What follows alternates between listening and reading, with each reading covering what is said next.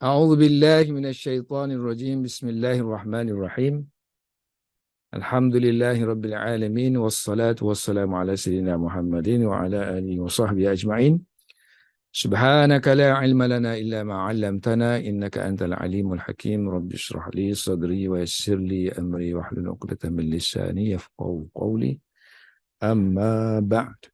Surah Al-Balad diambil daripada sempena perkataan yang ada dalam ayat yang pertama, iaitu Al-Balad, yang bermakna negeri. Dan ada alif lam di situ bermaksud negeri Mekah.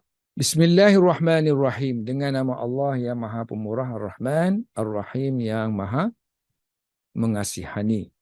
La uqsimu bihadzal balad. La di situ kata-kata ulama kata ini la tambahan saja. So bila tambahan kita hanya terjemah uqsimu, aku bersumpah. Allah kata aku bersumpah dengan hadzal baladi, dengan negeri ini. Yang dimaksudkan negeri ini ialah Mekah. Wa anta, sedangkan waw haliyah, sedangkan kamu wahai Muhammad, kamu hillun. Sini dia terjemah dengan makna tinggal. Boleh juga bermakna kamu akan halal, kamu akan diberikan kebenaran. Kalau sini intinya kamu tinggal. Kalau satu lagi terjemahan dia, kamu akan diberi keizinan. Kamu halal diharuskan. Nantilah bila berlakunya Fatah Mekah, kamu dihalalkan buat sementara untuk berperang, untuk melakukan tumpah darah. Wa anta hillun, dalam keadaan kamu tinggal di negeri bihadzal balad, di negeri ini. Mana tak patutlah kamu ni duduk negeri yang mulia. Dan kamu ni mulia. Dan kamu ditindas oleh musyrikin Mekah. Sumpahan dia sambung daripada sini. Yang ni ayat yang diselitkan. Ayat sambungannya, la uqsimu bihadzal balad. Sumpahannya di sini, satu lagi sumpahan di sini. Maknanya aku bersumpah dengan negeri ini dan walid, wa walidin. Dan dengan yang melahirkan. Ini terjemahan lafzi, literal, yang diambil daripada makna lafaz. Asal walada melahirkan, jadi yang melahirkan. Demi yang melahirkan. Wa ma walad, dan apa yang dia lahirkan. Apa yang dia lahirkan, itu anak dia lah. Artinya, anak dia lah. So, walid ini boleh jadi refer kepada Nabi Adam ataupun Nabi Ibrahim alaihissalam tu wassalam. Ataupun umum. Demi Nabi Adam dan anak cucunya. Demi Nabi Ibrahim dan anak cucunya. Semuanya ada kena-mengena dengan negeri Mekah kerana adanya Kaabah. Laqad khalaqnal insana fi kabad. Ini penyambut kepada sumpahan. Sumpahan berupa penegasan ni. Nak cerita tentang ni. Cerita sesungguhnya khalaqna, kami telah menciptakan manusia fi kabadin. Dia kata sini dalam kesulitan. Dalam kepayahan. Hidup manusia ni payah. Itu sudah menjadi lumrah. Payah, sukar, struggle. Ayahsabu an lan yaqdir alaihi ahad. Tiba-tiba aja ni sini kan. So hidup ni payah. Patutkah manusia yang demikian keadaannya terpedaya dengan kekuasaan yang ada padanya dan menyangka bahawa tidak ada sesiapa pun dapat mengatasi kekuasaannya. So hidup ni payah. Dan dia memayah-mayahkan orang kan. So antara orang yang memayahkan ni, manusia ni. Allah beritahu kepada Nabi Muhammad bahawa hidup ni payah. Dan ada orang yang akan memayahkan. Antara orang yang memayahkan ni ialah musyrikin Mekah. Ada individu yang tertentu yang disebut dalam Jalalain. Gelaran dia Abu Asyaddaini, nama dia Qaladah. Dia kata aku ni banyak dah kata guna untuk memusuhi Muhammad. Jadi Allah jawab, adakah dia menyangka allan yaqdira alaihi ahad, tak ada seorang pun mampu untuk berkuasa ke atas dia. Apa tindakan yang telah dia lakukan itu. Sebab apa dia kata? Yaqulu. Dia kata, ahlaktu, aku telah menggunakan. Biasa kita guna ahlak, membinasakan. So ni dia binasakan harta. Dia artinya dia gunakan harta dia yang banyak. Tujuan dia untuk memusuhi Rasulullah SAW.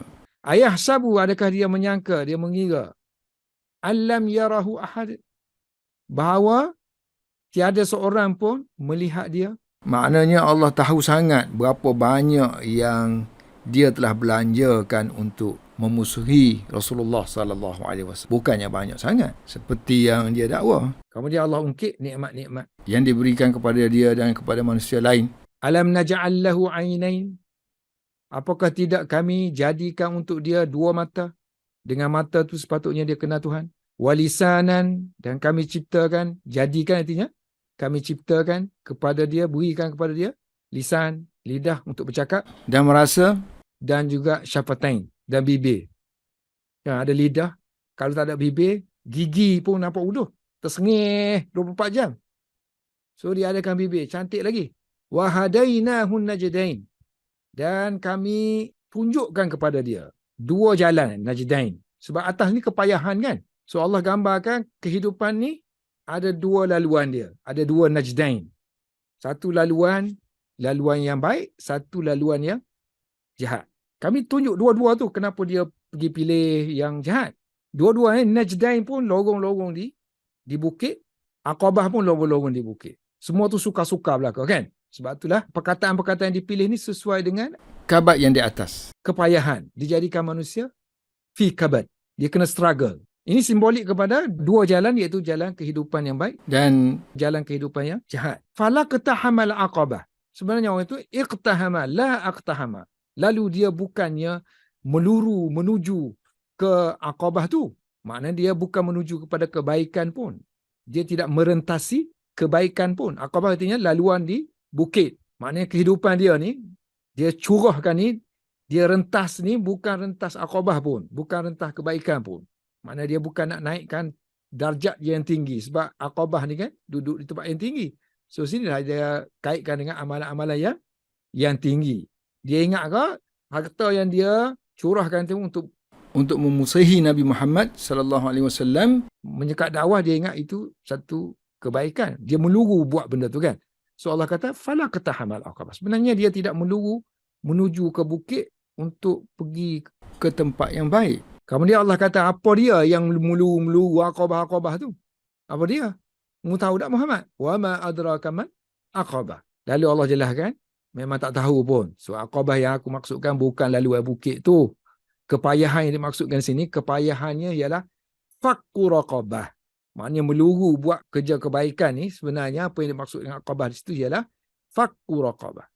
Iaitu memerdekakan hamba. Asal fakka maknanya kita cabut, kita asingkan.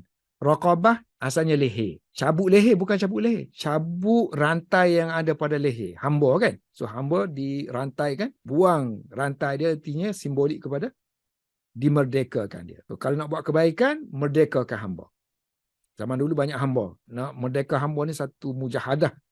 Satu perjuangan lawan nafsu untuk menggunakan harta yang mereka ada untuk kebaikan.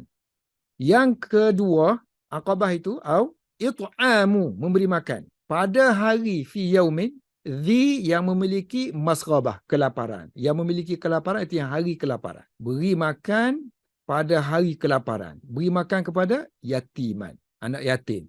Anak yatim pula yang dha maqrabah, yang memiliki hubungan maqrabah, hubungan kaum kerabat, persaudaraan. Ada mengena dengan kekeluargaan. It'am tadi memberi makan miskinan atau miskinan, pada orang miskin. Miskin yang dha matrabah, yang memiliki matrabah, kemiskinan.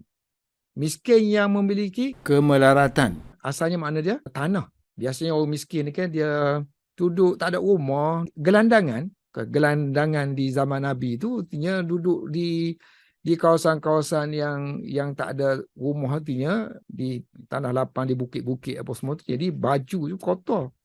Jadi melekatlah tanah. Itu simbolik kepada orang miskin. Maksudnya miskin yang tak ada rumah lah ni. Bukan miskin yang ada rumah, miskin yang za matrabah. Summa, kemudian di samping yang atas tadi, amalan-amalan ni, summa, ditambah lagi, dia kena beriman. Kerana dia tu orang yang terlibat dengan amalan iqtiham ni kan, ataupun it'am, beri makan tadi, dia ni mestilah minalladina amanu, termasuk orang yang beriman dan berpesan-pesan, watawasaw bis sabri, dengan kesabaran, dan berpesan-pesan, watawasaw bil marhamah, kasih sayang, simpati. Jadi orang yang macam ni barulah disebut ulaika, mereka itu ialah ashab, orang yang memiliki maimanah. So, maimanah di sini kanan. So kanan ni mana dalam syurga nanti di hari akhirat mereka menerima kitab di sebelah kanan untuk orang-orang yang akan masuk syurga. Walladzina kafaru, adapun sambungan yang tadi, walladzina kafaru bi, ini ayat baru. Walladzina kafaru bi ayatina, adapun orang-orang yang kafir, yang mengingkari, yang kufur kepada ayat-ayat kami. Mereka itu adalah hum ashabul masy'amah. Mereka yang memiliki masy'amah, golongan kiri, memiliki kiri. Maknanya mereka itu golongan kiri, yakni golongan kanan. Golongan kiri itu yang mengambil kitab daripada amalan dengan tangan kiri itu yang akan masuk neraka. Alaihim narum muqsadah. Atas mereka nanti akan adanya neraka yang muqsadah, yang ditutup rapat. Neraka sini api lah. Maknanya mereka ditutup rapat dalam satu tempat yang mereka tak boleh keluar. So, muqsadah artinya yang tutup. Mereka tak boleh keluar daripada azab itu. Surah Al-Balad. Yang lebih kurang dengan surah-surah sebelum ni juga. Sumpah, kemudian beri satu kenyataan adanya dua pihak. Pihak yang baik, pihak yang jahat. Pihak yang taat kepada Allah, pihak yang tidak taat kepada Allah. Baik, kita masuk tafsir Jalalain. Suratul Balad Makkiyatun, diturunkan di Mekah, ada 20 ayat. Ishruna ayat. Bismillahirrahmanirrahim. Macam saya kata tadi, la ni zaidatun, la zaidah. Sebab kalau kita tak kata zaidah, nanti nak kata macam mana? Aku tidak bersumpah dengan negeri ni. Yang satu lagi kita kena tahu, uslub ni adakah uslub Arab? Adakah uslub ni uslub Arab? So bila kita buat semakan dalam ayat-ayat Al-Quran, bukan yang ni saja, banyak ayat-ayat Al-Quran di tempat lain di mana Allah bersumpah dengan mendahulukan la. Cuma ulama khilaf, la ni satu package ke ataupun la ni menafikan perkara yang sebelum ni. Maknanya menafikan perbuatan Quraisy. Tidak. Maknanya apa yang mereka buat tu tidak valid. Kemudian barulah uqsimu bihadzal balad. Aku bersumpah dengan negeri ni. Ataupun satu package saja. La uqsimu ni satu package. Tak ada penafian sebelum ni. Cuma dia tu aksesori je. Untuk menguatkan sumpahan. La uqsimu biyaumil qiyamah. Kan? Lagi. Fala uqsimu birabbil masyariqi wal magharib. Lagi. Fala uqsimu bil khunnasil jawaril kunnas. Fala uqsimu bisyafaqi wal layli wa ma wasaqa. Okey. Uqsimu, aqsama yuqsimu, bersumpah. So, uqsimu, aku bersumpah. Allah kata, bi dengan hadzal baladi, negeri ini. So, ada alif lam tu refer kepada negeri mana? So, dia kata negeri Mekah. So, majoriti ahli tafsir kata ini negeri Mekah. Wa anta, bukannya aku bersumpah dengan negeri ini dan kamu, bukan gitu. Tak kena ayat macam tu. Dia kena bika pula, wa bika. Demi kamu. Jadi, wa anta hillum ini ialah ayat yang diselitkan. Maknanya dia kita panggil mu'taridah. Dalam istilah grammar, nahwu kita panggil mu'taridah. Dicelahkan masuk di situ. Sebenarnya ayat ni dia ada hubungan terus dengan yang ni. Aku bersumpah dengan negeri ini, nombor satu. Aku bersumpah dengan yang melahirkan. Maknanya dia nak kaitkan sini. Dengan negeri ini, sedangkan kamu ada di situ. Aku bersumpah dengan negeri ini, sedangkan dalam keadaan kamu berada ni, di negeri ini. So, wa anta hillun. Wa anta ya Muhammadu. Wahai Muhammad, kamu berada di sini. Kamu ni hillun. Tengok. Dia hillun ditafsir dengan halalun. So, maknanya sini, terjemahan di sini, hillun jadi akanlah. Kamu akan. So, hillun boleh bermakna hillun, makna halal. Hillun makna tinggal. Sakinun. Kamu tinggal di negeri ini. Kalau tinggal di negeri ini, artinya sekarang lah. Tapi kalau halal, tak halal lagi sebab Nabi duduk Mekah ni. Masa ni duduk Mekah, So masih lagi haram, tak boleh melakukan apa-apa yang tak diizinkan di Mekah tu kan. Diizinkan bertumpah darah ni bila berlaku Fatah Mekah nanti. Ini ramalan je lah. Maknanya nanti, dan nanti kamu wahai Muhammad, negeri ini nanti halal untuk kamu untuk melakukan pertumpahan darah. Wa anta hillun, halal untuk kamu di negeri ini. So tafsir dia bi an yahilla laka, iaitu yahilla, dihalalkan, laka, untuk kamu. Dihalalkan untuk kamu sesuatu yang diharamkan. Lalu fatuqatila, lalu kamu akan berperang nanti. Fihi, di negeri Mekah ni nanti. Ini tafsiran yang diambil untuk makna halal. Kalau duduk tinggal di situ, tak ada masalah lah. Dalam keadaan kamu berada di negeri Mekah ni sekarang. Waqad anjazallahu, dan Allah telah pun melunaskan. Allah telah pun melunaskan lahu, kepada baginda, hadzal wa'da, janji ini.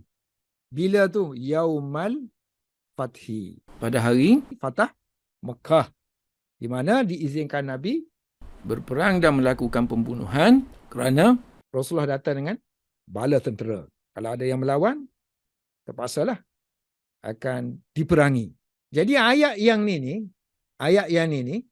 bukan sambungan daripada yang ni. Ayat ni ayat celahan, kita panggil wal jumlatu, ayat ni wal jumlatu i'tiradun. Jumlah ini dicelahkan. So, ayat ni dicelahkan antara bainal al-muqsama bihi ni yang dicelahkan sini kan, ni yang disumpah dengannya kan, hazal balad ni dicelahkan antara ni dengan yang ni kan, sumpahan yang satu lagi ni, ataf ni, wa ma utifa alaihi, dan apa yang diatafkan ke atas yang ini. Guna waw tu artinya yang ni berkait dengan yang ni lah. Yang ni kait dengan yang ni. So waw tu kita panggil waw ataf. Okey, sambungan dia yang sebenarnya ialah yang ni. Aku bersumpah dengan yang ni, nombor satu. Nombor 4 terus sini. Dan walid. Kan? Wa walidin. Walid dia tafsirkan satu aja kan? Adam. So tafsiran-tafsiran yang lain, salah satunya Nabi Ibrahim. Dan juga makna umum, iaitu yang melahirkan. Dan aku bersumpah dengan yang melahirkan, iaitu Adam. Kalau Ibrahim tadi, orang consider negeri ini ada kena-mengena dengan Nabi Ibrahim kan? Sebab Nabi Muhammad ni ada sini.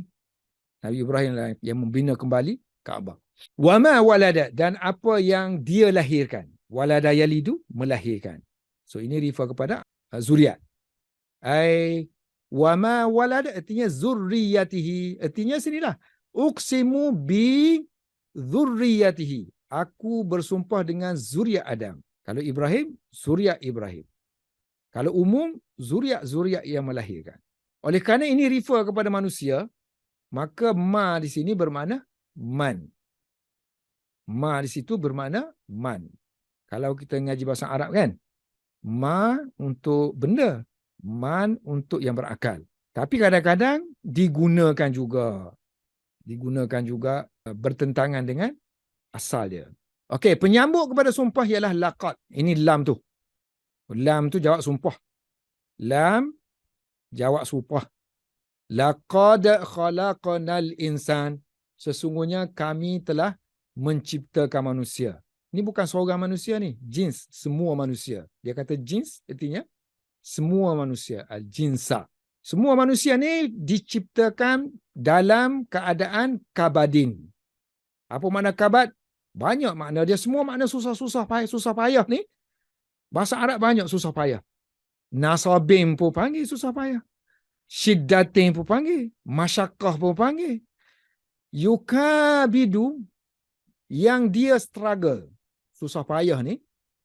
Manusia ni, refer kepada lafaz dia ni seorang lah. Kalau makna dia tu jamak. So dia guna sirah dia singular. Maknanya manusia ni dia yukabidu. Kabada yukabidu, dia struggle melawan. Melawan masaiba ad-dunia. musibah dunia.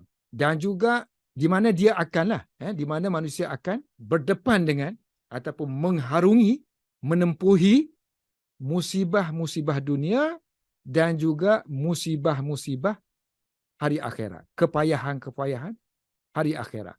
Syadaida al-akhirati. Ini memang dah secara semula jadi Allah ciptakan manusia ni duduk dalam.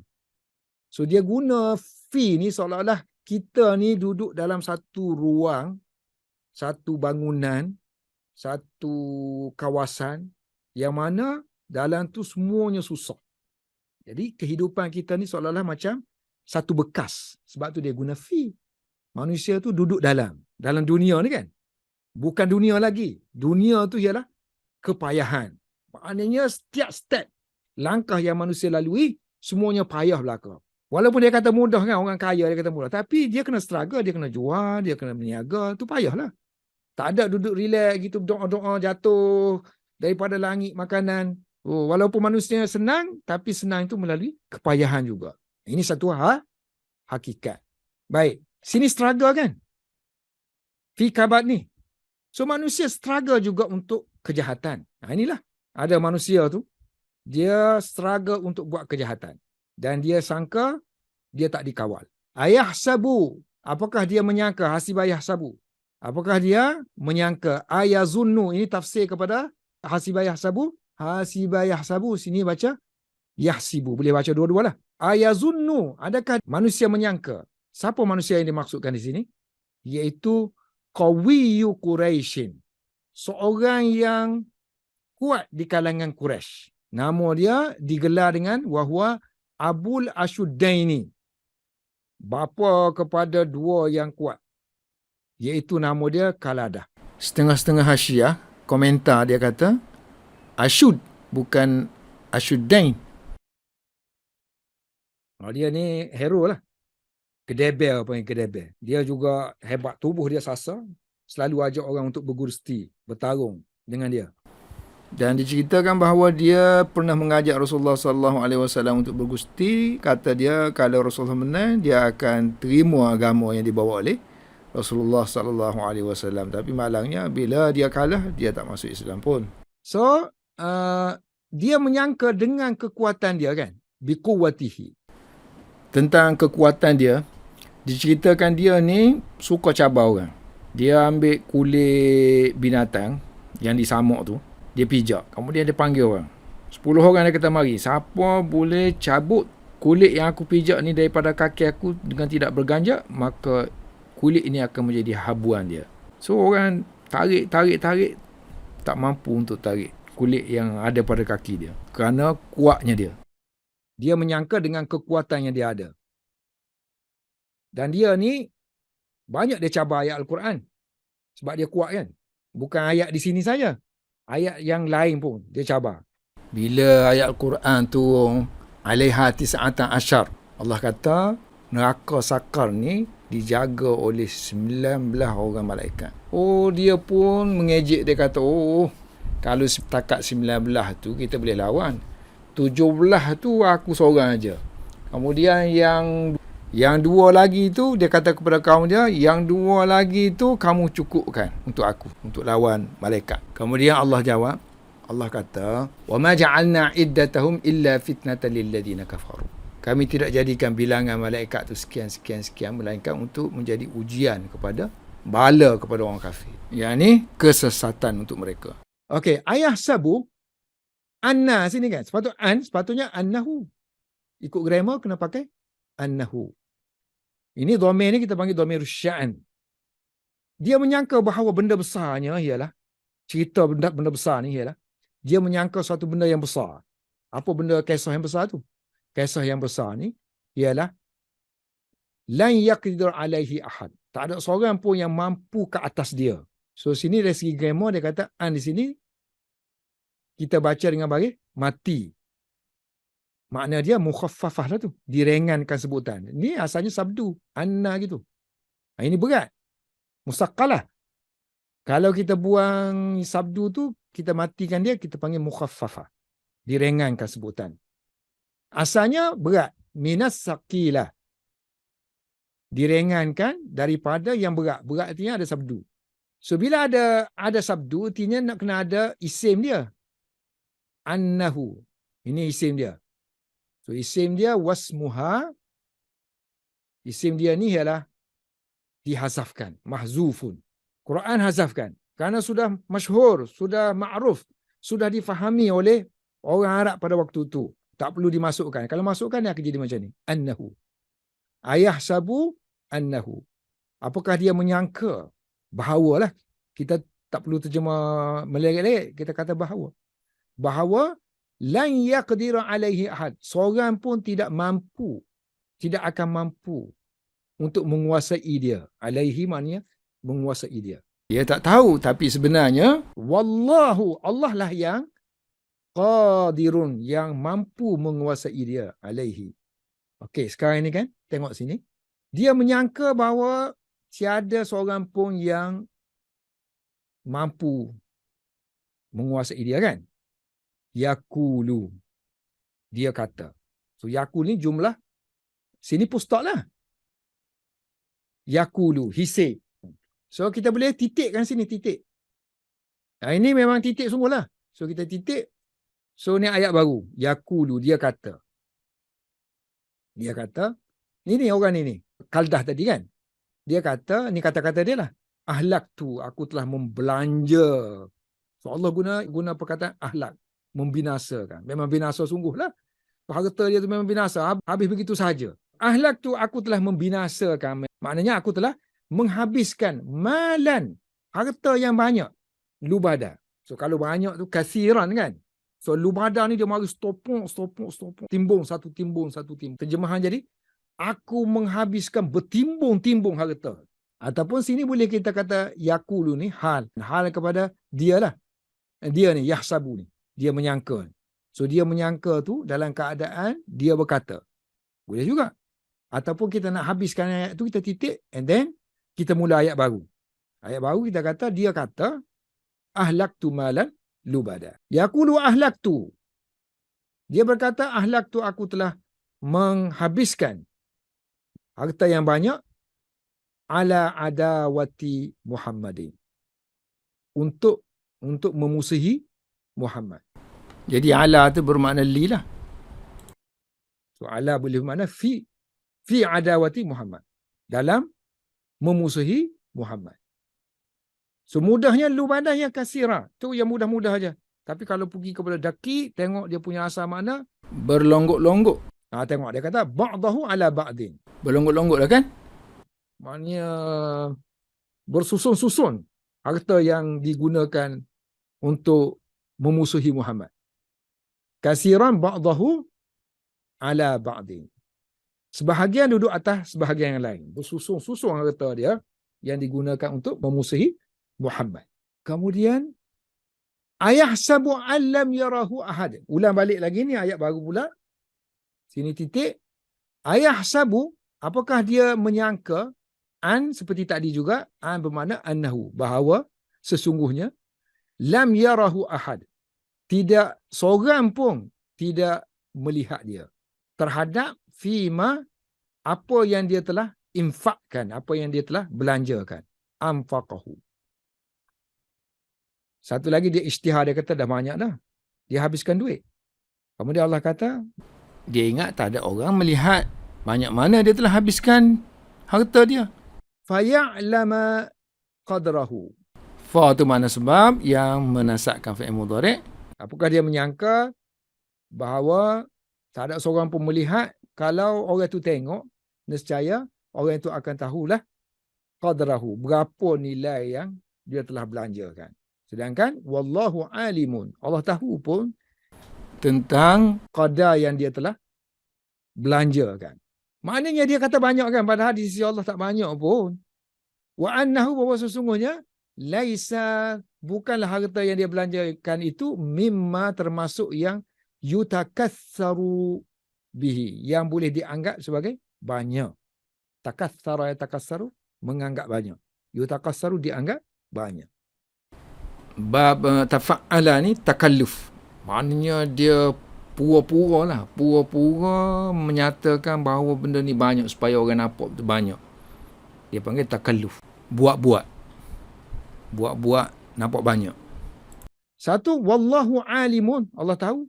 Kemudian wallahu wa mujazihi. Dan Allah akan membalas dia ala fi'lihi, terhadap perbuatannya yang buruk itu.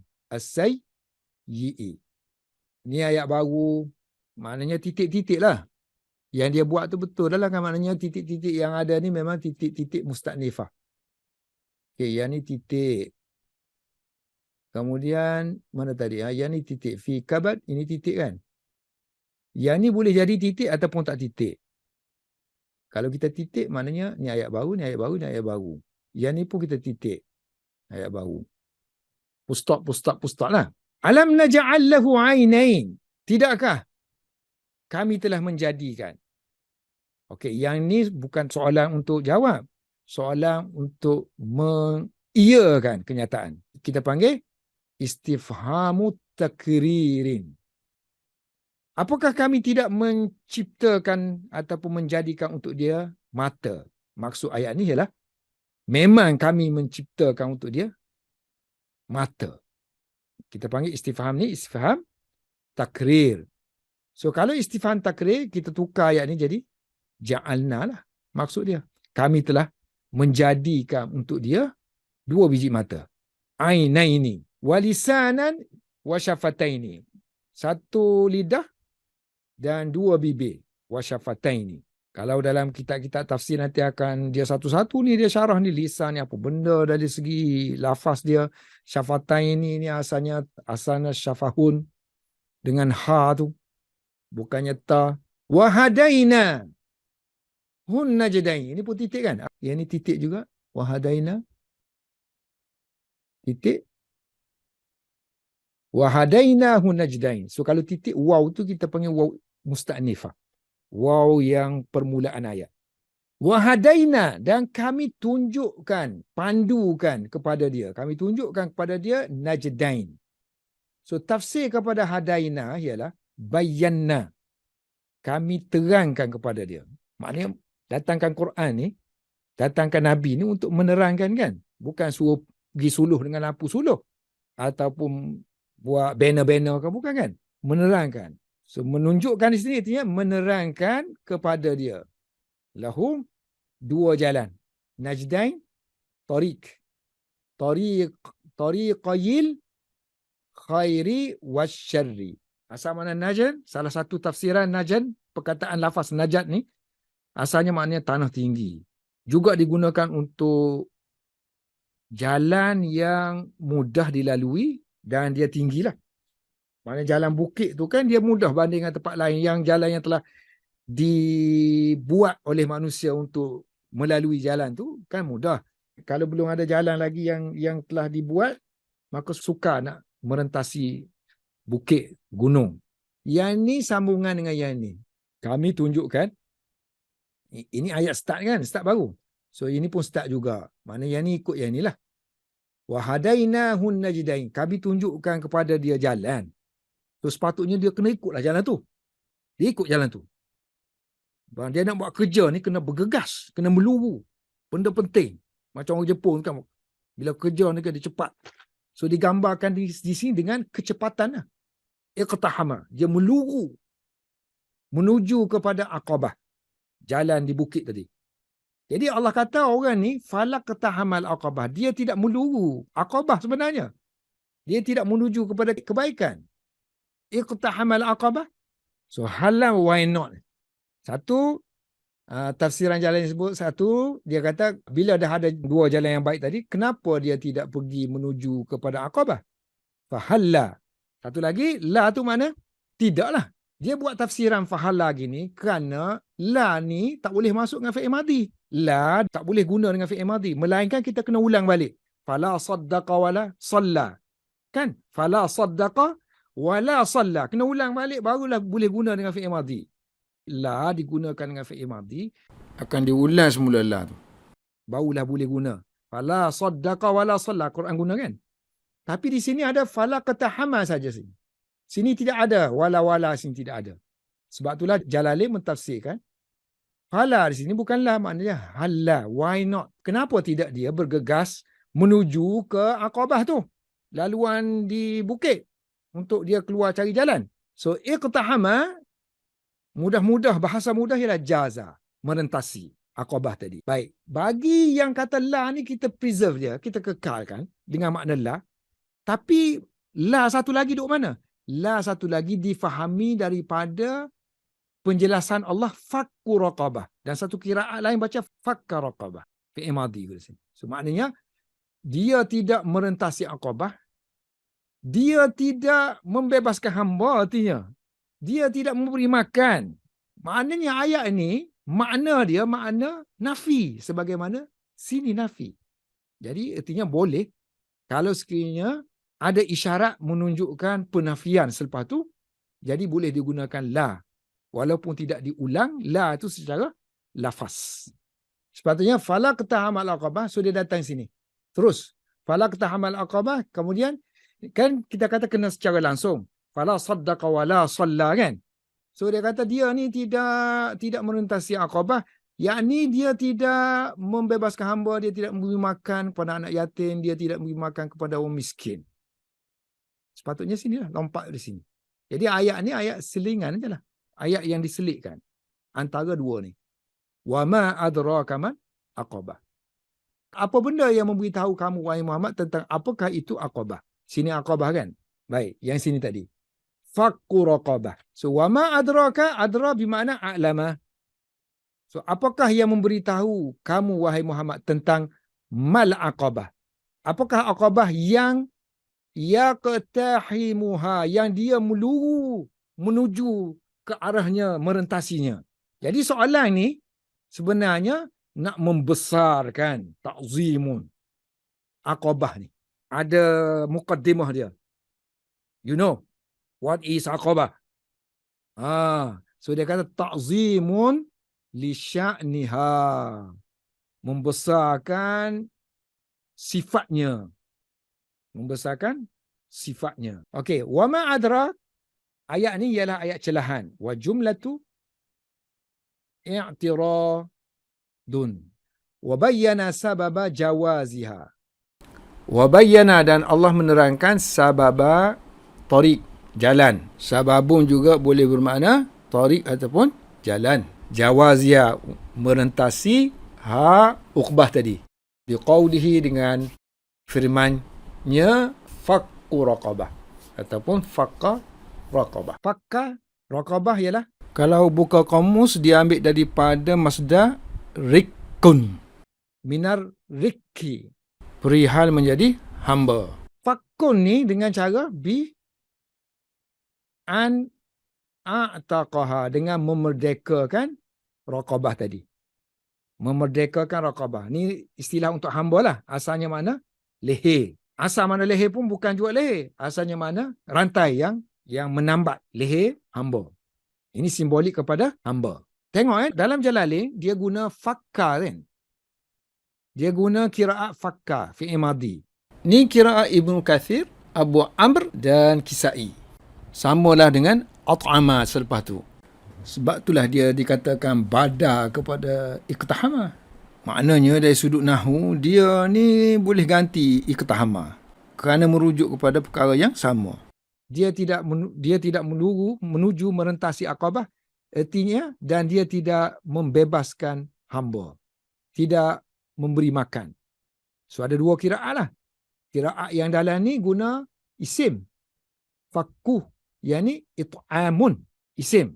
Yakni kiraat selain daripada kiraat Ibnu Kathir, Abu Amrin dan juga Kisai. Au at'ama ataupun au it'amun fi yaumin zi masghabah. Ini masdar kepada sariba ataupun saraba. Jadi masdar dia pakai mim. Ini makna lapar. Biasanya ja'a yaju'u. Tapi Al-Quran guna sariba, lapar. Jadi kelaparan ialah masghabah. Hari yang memiliki kelaparan. Ini pun masdar juga, maja'atin. So kalau dia guna masdar artinya mubalaghah lah tu. Mubalaghah. Sangat lapar. Sehingga hari itu dikenali dengan nama dia lapar. Hari kelaparan. Hari itu tak ada nama lain dah. Kelaparan. At'ama yatiman. Memberi makan yatim. Kalau guna masdar, tak apa juga. Sebab masdar pun boleh beramal seperti kata kerja. So ini maf'ulun bih dia. Memberi makan yatim. Ini sifat dia. Za, asalnya zu. Yang makrabah. Ini pun masdar juga. Qarubah. Dekat. Makrabah, kedekatan. Kedekatan yang dimaksudkan di sini ialah kaum keluarga yang dekat. Kedekatan. So, anak yatim yang memiliki kedekatan. Yakni qarabatin. So, qarabah pun juga makna kedekatan. Makrabah dengan qarabah ini dua-dua masdar. Tapi lama-lama digunakan untuk mana?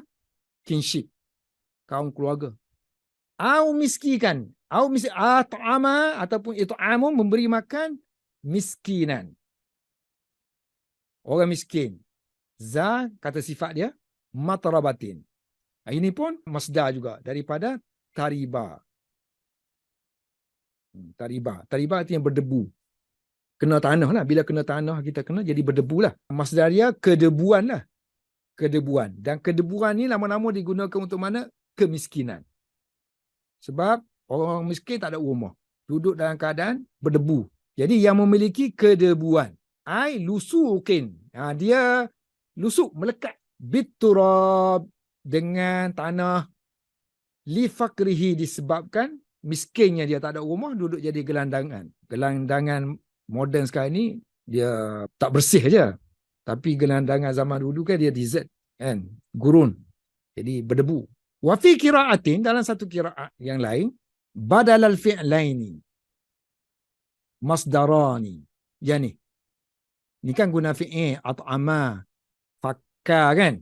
Ni fi'il. Qira'at yang lain maksudkan qira'at yang kita guna sekarang ni lah. Qira'at kebanyakan qura'. Ni guna masdar. Fakkun masdar, it'amun masdar. Yang ni idhafah kita baca fakku raqabah. Dan dibaca dengan marfu'. Marfu'ani. Kan fakku ni bagi hadapan kan? Marfu'. It'amun bagi hadapan. Marfu'. So bila baca marfu' artinya masdarani, marfu'ani. Mudhafun al-awwalu li raqabah. Okay, yang ni kan idhafah kan ni? Yang ni dengan yang ni hubungannya secara idhafah. So diidhafahkan yang pertama. Mudhafun al-awwalu. Ini naik fa'il kepada yang ni lah. Yang pertama diidhafahkan. Mudhafun al-awwalu. Awal tu maksudnya masdar yang pertama lah. Fakku tu kan? Masdar yang pertama. Li kepada raqabatin. Wa munawwanun as-sani. Yang kedua yakni it'am. Masdar yang kedua lah, iaitu it'amun. Kita tanwinkan dia. Munawwanun as-sani. Ini naik fa'il kepada munawwan. Fa yuqaddaru, maka perlu ditakdirkan qabla, sebelum perkataan aqabah, qabla al-aqabah, iqtihamu. So sini maksud dia, kalau dah kita baca macam ni, kalau yang dia baca tak ada masalah. Yang kita baca ni masalah. Sebab bila kita baca fakku di sini, so kita kena ada alasan. Kenapa kita baca fakku? Ini dia kata jadi khabar kepada mubtada' yang dihazafkan. Yang ni al-iqtiham. Maknanya masdar kepada iqtiham ni. Fala qatahama. Iqtahama yaqtahimu iqtihamun. Iqtiham yang dimaksudkan di situ, maknanya merentas. Yang dimaksudkan di situ ialah merentas untuk fakku raqabah. Membebaskan hamba. Kan? So selepas perkataan aqabah ni kan, dia kata bubuhlah perkataan al-iqtiham. Ni, iqtiham. Al-iqtihamu fakku raqabah. Iqtiham dia ialah fakku raqabah. Wal qira'atul mazkurah bayanuhu. Wal qira'atu al mazkuratu bayanuhu. Oh, kalau sekiranya qira'at yang ni, qira'at fakka ni kan, dia badal lah dalam bentuk untuk menerangkan bayan. Maknanya benda yang sama aja. Iqtahama dengan fakka ni merujuk kepada benda yang sama kan? iktihama tu kan tak jelas. Bukan masalah agama tu merentasi jalan bukit. Jadi masalah agama dia yang dimaksudkan dengan iktihama tu ialah fakka raqabah. Menerangkan kan? Dari sudut nahu, nama dia badal. Maknanya iktihama ni bermaksud fakka. Yang ni dengan yang ni merujuk kepada benda yang sama. Iktihama atau apa benda? Iktihama tu ialah fakku raqabah. So dalam istilah nahu kita panggil badal. Dan badal ni menjelaskan lagi makna iktihama. Summa. Kemudian yang ni. Summa kana minal ladzi. Summa ni huruf ataf. Summa ni sama dengan au ke waw ke dia huruf ataf. Maknanya dia ni follow kepada iktihama ni. Maknanya yang ni bersambung dengan yang ni. Yang lain tu cerita-cerita dia je kan. Cerita yang panjang-panjang. Yang ni asalnya. Falaqtahamal aqabah summa kana minal ladzi. So dia tidak merentasi aqabah hakikatnya. Kemudian sepatutnya dia kena beriman gitu kan. Ataupun tadi why not? Kenapa dia tidak merentasi aqabah? Yakni membebaskan hamba. Kemudian satu lagi dia kena ada ialah dia kena beriman. Kalau kita mengaji summa litarahi, maknanya kena berturut-turut lah. Ja'a Zaidun summa Amru. Zaid datang, selepas tu tak lama kemudian Amar datang kan. Maknanya kena Zaid dulu, barulah Amar. Yang ni adakah maknanya kena buat perkara baik dulu kemudian beriman? Sepatutnya kena beriman dulu, barulah kena buat amalan-amalan ni. Jadi summa ni bukan untuk tertib. Bukan tertib yang cerita ni tak. Dia tertib ikhbar saja, cerita saja. Bukannya yang sepatut, bukannya maknanya yang sepatutnya kena gini, bukan. Hanya cerita aja. Cerita ni. Selepas cerita ni. Mula-mula Allah nak cerita tentang dia ni, hakikatnya dia tidak merentasi bukit untuk membuat kebaikan. Kemudian, satu lagi nak cerita, dia tidak beriman. So, jangan confuse lah summa ni. Kat sini ada turutan ke tak ada turutan? Summa kana. Kemudian, cerita satu lagi ialah, kana adalah dia. Okey, dia kata summa ni atfun, ataf kepada iqtahama. Ataf, makna follow kepada perkataan iqtahama. Wa summa ni sebenarnya untuk tertib. Litartibi zikri. Kan? Makna tertib sebut aja, bukan tertib dari segi makna dia.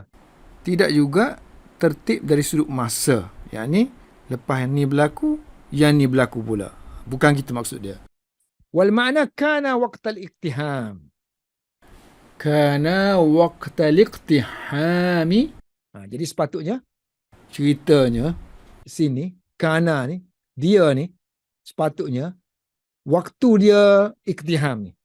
Waktu dia merentasi aqabah tu, maksudnya waktu dia buat kerja payah tu, sepatutnya dia kena beriman lah kan. Sepatutnya dia beriman.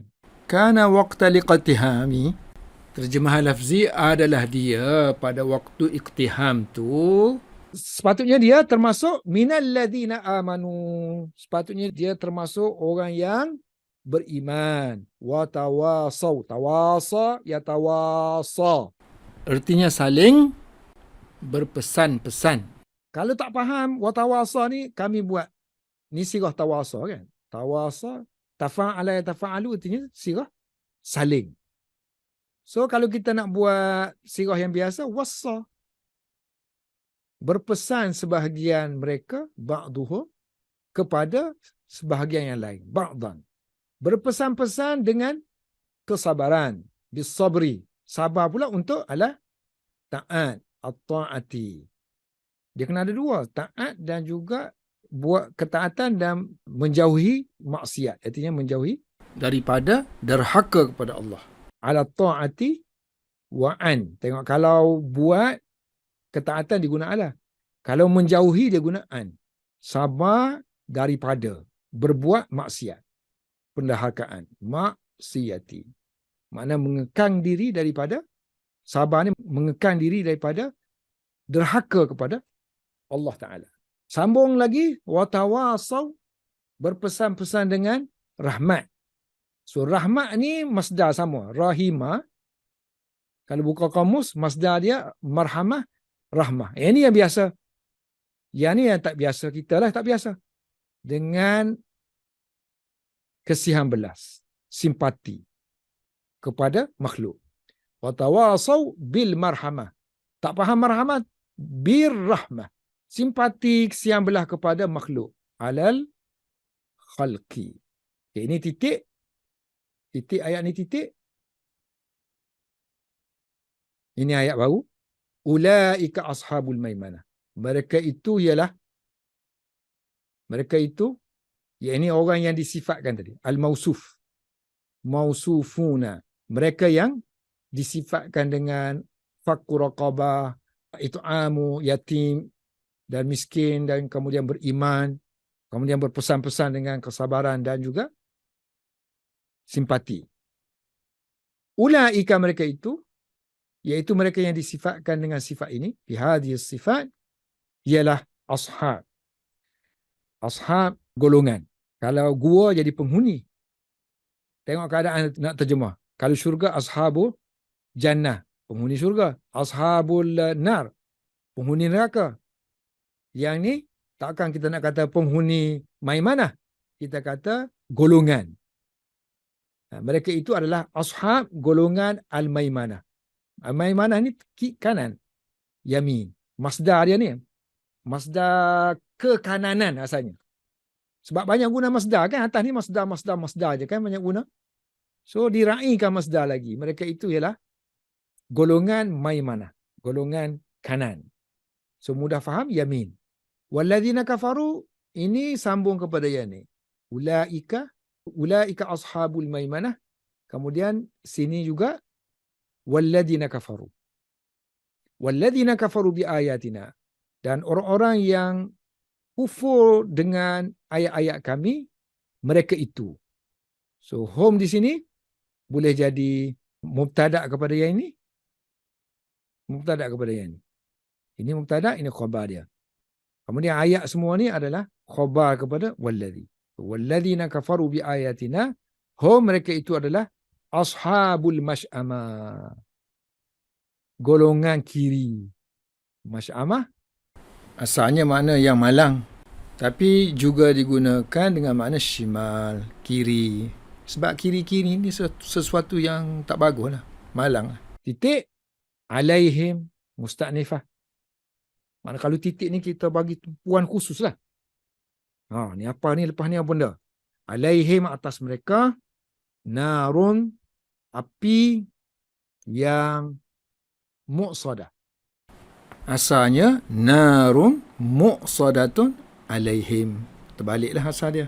Tapi kalau bentuk macam ni, api neraka itu menutup mereka dan juga boleh jadi menutup orang lain juga. Tak semestinya mereka sahajalah. Tak nampak khusus. Tapi bila ayat Al-Quran sebut alaihim dulu, maknanya hanya kepada mereka sahaja. Api neraka akan dijadikan menutup ke atas mereka. So muqsadah ni dia hurai dari segi, yang ni ada yang baca dengan hamzah, ada yang baca musadah.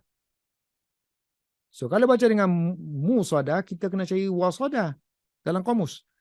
Lepas tu kita tengok sirah af'ala yuf'ilu, awsada yusidu. Isim maf'ul dia musadah, yang ditutup rapat-rapat. Dalam kamus lain tu tengok yang kuning-kuning tu. Kalau kita baca dengan hamzah, kita kena cari asada.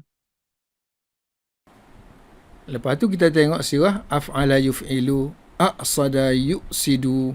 Isim maf'ul dia muqsadun muqsadah. Macam dalam kamus lain tu yang kuning-kuning tu. Dia kata baca dengan hamzah, muqsadah. Boleh juga qiraat yang lain baca dengan waw, wabil wawi. Badalahu, ganti kepada hamzah. Badalahu, ganti kepada hamzah. Makna muqsadah ialah mutbaqah. Tutup rapat-rapat. Api tu ditutup rapat-rapat ke atas mereka dan mereka tak boleh keluar. Mana azab yang amat dahsyat. Wallahu a'lam bis-shawab.